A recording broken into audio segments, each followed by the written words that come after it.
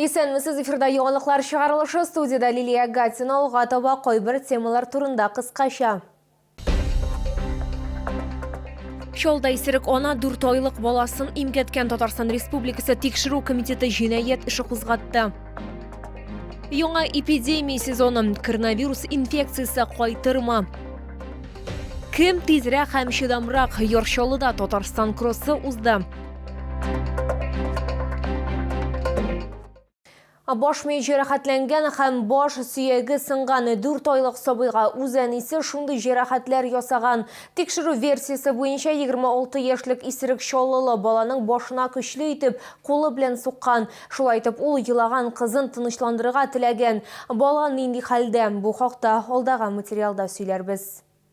Гадәттән тыш хәл узган җомга 15 сентябрьдә булган, ләкин 53-нче комплекста булган хәл турында бирдә яшәүче халык берни дә белми. Алар гаилә турында да берни дә әйтә алмыйлар. Никакого шума не слышу, тут одна молодежь живут. Как я тут 4-5 человек всего. Первый этаж у нас нормально. Уезжают, приезжают. Я вот только вижу то, что они уходят, заходят, вот так только. А так я не знаю. Шул ук вакытта тикшерүчеләр сәламәтлеккә аңлы рәвештә авыр зыян китерү мәддәсе буенча җинаять эше кузгатканнар. Находясь в состоянии алкогольного опьянения, женщина попыталась успокоить свою 4-месячную дочку, а затем нанесла ей несколько ударов с большой силой ладонью в область головы. В дальнейшем к ней зашла подруга, которая, обеспокоенная внешним видом девочки, обратилась за медицинской помощью. Бала баш ми җәрәхәтенә дучар булган, шулай ук баш сөяге сынган дип хәбәр иттеләр тикшерү комитетында. В данный момент ребенок находится в отделении реанимации, состояние тяжелое. В данный момент оказывается вся необходимая медицинская помощь бригады нейрохирургов и реаниматологов. Клиник-психолог аңлатканча, баланың әнисе исерек булганга игътибар итәргә кирәк. Даже здоровый человек, приняв определенную дозу алкоголя, перестает контролировать свое поведение полностью, потому что алкоголь влияет именно на те зоны мозга, которые влияют на руководство человека своим поведением, на контроль за своим поведением. Мы можем также предположить, что у этой женщины развивалась послеродовая депрессия, что в сочетании с алкогольным опьянением еще больше ухудшилось состояние. Бу вакыйганың барлык нечкәлекләре әле ачыкланмаган. Тиздән тикшерүчеләр баланың әнисенә карата сак чараларның берсен сайлыйсын өчен судка мөрәҗәгать итәчәк. Лилия Гатина, Илмир Гайнетдинова, Кирилл Хабзей, яңалыклар. Бүген инфекцион хастаханәгә ОРВИның төрле төрләре белән авыручылар мөрәҗәгать итә. Алар арасында аденовирус, риновирус һәм парагрипп бар. Табиблар грипп белән очрашуга әзерләнә инде. Коронавирус инфекциясе кайтырмы? Толырак алдагы материалда. Бүгінгі көндә COVID-19 гадәти кискен респиратор вирус инфекциясы разрядына күчте ди табиблар. Алар инде авыр очраклар белән очрашмыйлар. Хәзер коронавирус инфекциясы симптомнары борын тугылу һәм тамак авыртуы. При гриппозной инфекции человек может назвать дату, время и даже час заболевания. Пришел с работы, его начало знобить. Это высокая температура, сильнейшая интоксикация, температура до 40 градусов, сильнейшая головная боль. Боль при движении глазных яблок, боли в мышцах, ломота, хочется лечь.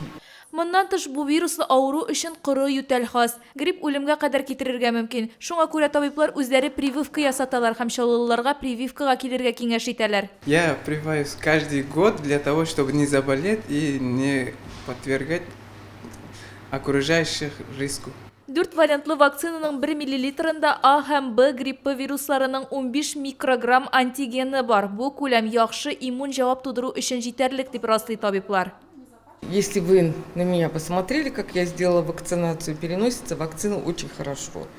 Практически это укольчик тоненькой иголкой и никаких ощущений. После этой вакцины не знобит. В инструкции написано, что у кого-то могут быть какие-то явления незначительного очень подъема температуры, но это совершенно никак не влияет на общее самочувствие. Әлеге вакцинацияланмаган кешеләр өчен гриппка каршы прививканы пневмониягә каршы вакцина белән бергә ясатырга киңәш ителә. Бигрәк тә куркыныч төркемдә булган кешеләргә. Шулай ук эпидсезонда респиратор этикет кагыйдәләрен үтәргә кирәк. Борын өчен диңгез яки гади су белән дымландырырга, ешрак бит һәм кулларны юарга, төшкергәндә һәм йөткергәндә бер тапкыр кулланыла торган яулыклар кулланырга яки битне терсәк белән капларга кирәк. Айзилә Шаймөхәммәтова, Ләйсән Гаптырашитова, Артем Колесов, Яңалыклар.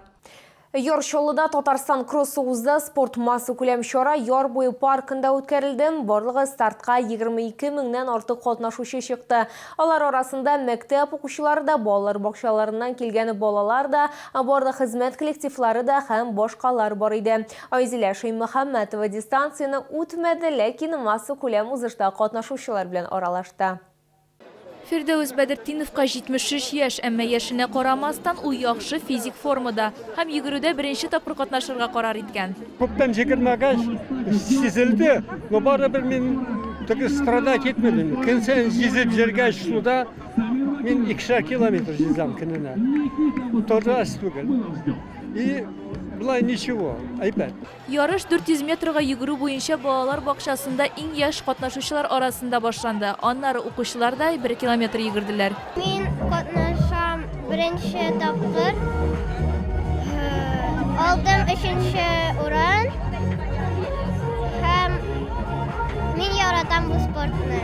Мәктәп укучылары, колледж һәм югары уку йортлары студентлары, шәһәр предприятиеләре һәм оешмалары хезмәткәрләре, пенсионерлар, милләтләр кроссы барысында берләштерде. Это, наверное, где-то наш 5-й год участия. То есть круто, здорово. Если молодежь наших челнов, возрастная категория будут участвовать, мне кажется, что популяризация именно таких мероприятий всегда будет, как называется, в тренде. Ярышлар Чаллыда 22-нче тапкыр узды. Ярышларда яңа килүчеләрдә профессионаллар да катнашты. Сколько сегодня пришло участников, все так хорошо откликнулись, классная погода. Сегодня пробегу сам километр, с удовольствием это делаю, всегда на спорте. Хороший день. Татарстан кроссында барлыгы 22 меңнән артык чаллылы катнашты. Иң яхшы йөгерүчеләрне кубоклар, медальләр һәм грамоталар белән бүләкләделәр. Айзилә Шаймөхәммәтова, Ленар Султанов, Яңалыклар.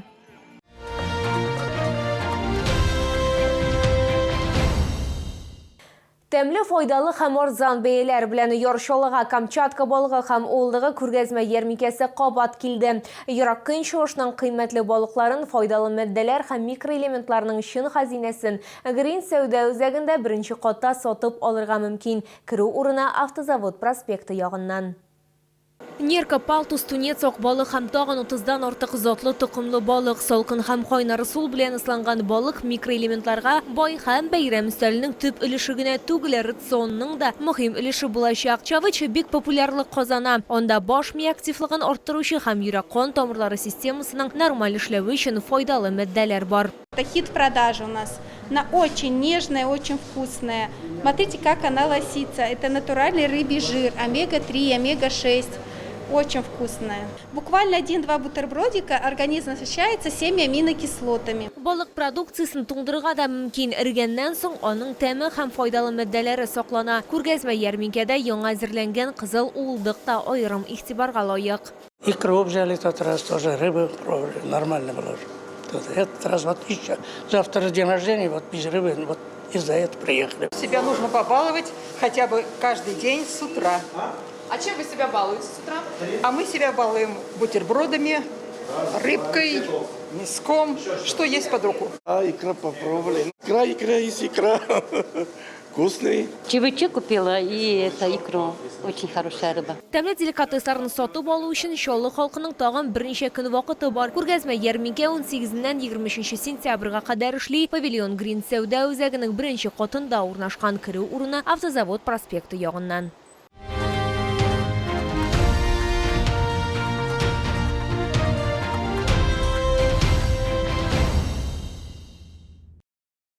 Бу сезгә җиткерәсе соңгы мәгълүматыбыз иде. Мин Лилия Гатина, сезнең белән сау булашам. Исән-имин булыгыз.